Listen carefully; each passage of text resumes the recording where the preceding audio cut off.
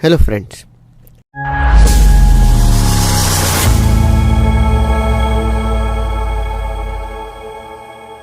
अभी तक हमने देखा कि डाटा एंट्री कैसे करना है, किसी भी वर्कबुक को कैसे सेव करना है। अब हम एक एक्सेल का बहुत ही इंपॉर्टेंट फीचर जो कि फॉर्मूला है वो देखेंगे। फॉर्मूलाज बेसिकली हमारा वर्क इजी और फास्ट करने के लिए यूज़ होता है। फॉर्मूला मतलब हम किसी भी काम को या किसी भी कैलकुलेशन को बहुत जल्दी से बहुत शॉर्ट पीरियड ऑफ टाइम में परफॉर्म कर सकते हैं। जैसे कि हमारे स्क्रीन के ऊपर हम देख सकते हैं एक एक्सेल शीट ओपन है जिसमें हमारे पास सेल्स और एक्सपेंसेस है फॉर द 6 मंथ्स। अब अगर मुझे प्रॉफिट कैलकुलेट करना है, प्रॉफिट मीन्स मेरे सेल्स माइनस मेरा एक्सपेंसेस। मान लीजिए कि मेरे सेलेक्टेड सेल B4 ऐसा सेल है जहाँ पर मुझे फार्मूला अप्लाई करना है। तो अगर आपने एक्सेल कभी पहले यूज़ नहीं किया तो आप प्रॉफिट निकालने के लिए या तो कैलकुलेटर खोल के 180 माइनस 160 करेंगे या फिर किसी और मेथड से कैलकुलेशन परफॉर्म करके यहाँ पर लिखेंगे। पर एक्सेल के अंदर एक ऐसी फंक्शनैलिटी अवेलेबल है जिसके अंदर हम डायरेक्ट फार्मूला अप्लाई कर सकते हैं। एक्सेल के अंदर फार्मूला वैल्यूज़ पे अप्लाई नहीं होता बल्कि सेल्स पे अप्लाई होता है। कैसे? जैसे कि अगर मुझे यहाँ लिखना है कि sales minus expenses, so formula लिखने के लिए सबसे पहले लगाना होता है इक्वल टू।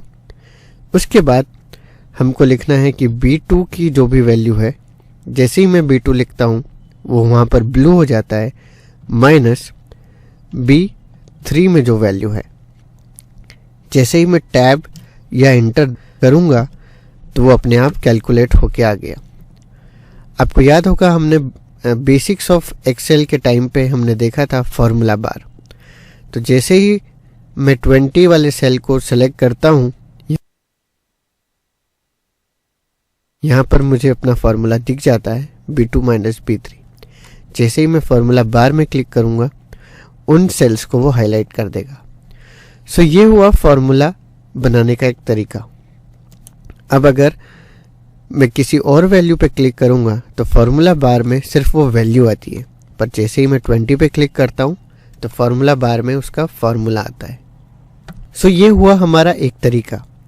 अब अगर मुझे दूसरे वे में फार्मूला लिखना है तो पहले मैं इसे डिलीट कर देता हूँ।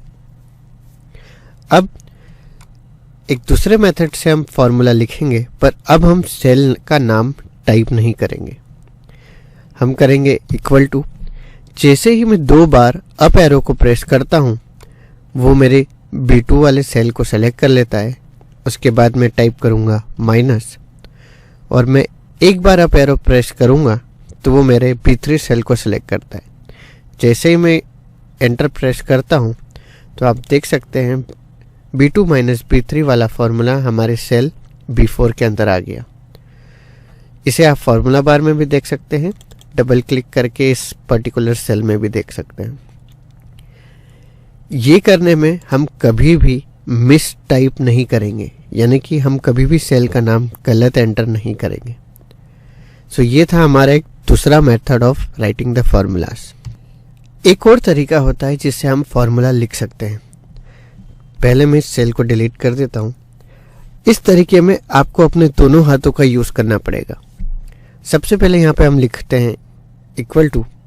उसके बाद अपने माउस से जैसे ही मैं B2 सेल को सेलेक्ट करूँगा वो वहाँ पर आ जाएगा। फिर मुझे टाइप करना है माइनस और उसके बाद सेल B3 को सेलेक्ट करना है। तो मेरा फार्मूला अपने आप बन गया B2 माइनस B3, पर इसमें मैंने माउस से अपने सेल्स को सेलेक्ट किया। जैसे ही मैं एंटर करूँगा तो हमने देखा सेम वैल्यू 3 अलग अलग मेथड्स ऑफ राइटिंग फार्मूलाज से हमें मिली। अब हम देखते हैं कि सपोज मुझे यहाँ पर टोटल प्रिंट कराना है कि मेरा टोटल सेल्स कितना है इन 6 मंथ में। तो इसके लिए या तो आप इक्वल टू करके लिखने लगेंगे B2 plus C2 plus D2 plus E2 plus F2 और ऐसे चलते जाएगा। अभी तो हमारे पास सिर्फ 6 मंथ का डाटा है। अगर हमारे पास ये डाटा 6 मंथ का ना हो के 12 मंथ का होता तो हम कब तक प्लस लिखते रहते। इसका एक बहुत सिंपल और इजी तरीका है। ये टोटल निकालने का हमारे पास जो दूसरा मेथड है वो है फंक्शन। एक्सेल के अंदर टोटल ऑफ 450 फंक्शंस अवेलेबल हैं। घबराइए नहीं, आपको सारे फंक्शंस जानने की ज़रूरत नहीं है। अब देखेंगे अपने फार्मूला टैब में अगर हम जाएं तो हमारे पास सारे फार्मूलाज या फंक्शंस अलग अलग कैटेगरी में डिवाइड किए हुए हैं। अभी मुझे यहाँ पर टोटल करना है। टोटल मतलब मुझे सिर्फ सम परफॉर्म करना है। तो मैं जैसे ही यहाँ पे एस टाइप करता हूँ, मेरे पास जितने भी फंक्शंस जिनका नाम एस से शुरू होता है वो यहाँ पर आ जाते हैं। तो हम किसी भी फंक्शन को यहाँ पर सेलेक्ट करके उसके ऊपर जैसे ही क्लिक करेंगे तो वो दिखाता है कि ये फंक्शन क्या परफॉर्म करता है। सो अभी सम एक छोटा सा नाम है, सो मैं सिर्फ टाइप करता हूँ सम। किसी भी फॉर्मूला को लगाने के लिए ओपनिंग और क्लोजिंग ब्रैकेट्स होना चाहिए। तो जैसे ही मैं ब्रैकेट ओपन करता हूँ उसके बाद मैं अपने माउस को यूज़ करके G2 से लेके B2 तक या B2 से लेके G2 तक किसी भी मैनर में सेल्स को सेलेक्ट कर सकता हूँ।